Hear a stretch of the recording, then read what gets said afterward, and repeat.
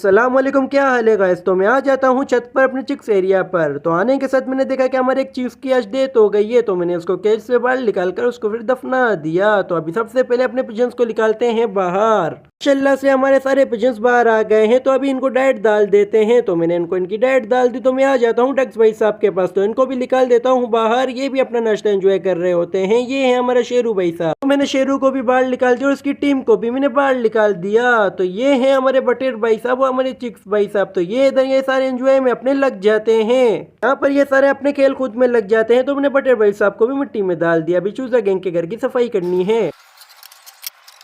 Finally इनके घर की सफाई हो गई। देखिए माशाल्लाह से प्यारा लग रहा है। तो मैंने यहाँ पर बटर भाई साहब को डाल दिया, चूजा गैंग को इनके घर पे डाल दिया। तो मैंने सबको बंद करके पिजन्स को पानी वगैरह दे दिया। तो मैं यहीं से करता हूँ अपने मिनी व्लॉग को एंड। उम्मीद करता हूँ आपको मेरा छोटा सा मिनी व्लॉग अच्छा लगा हो। अच्छा लगा है तो लाइक कमेंट शेयर और सब्सक्राइब करना मत भूलिएगा। मिलते हैं नेक्स्ट वीडियो में, तब तक के लिए अल्लाह हाफिज और थैंक्स फॉर वॉचिंग।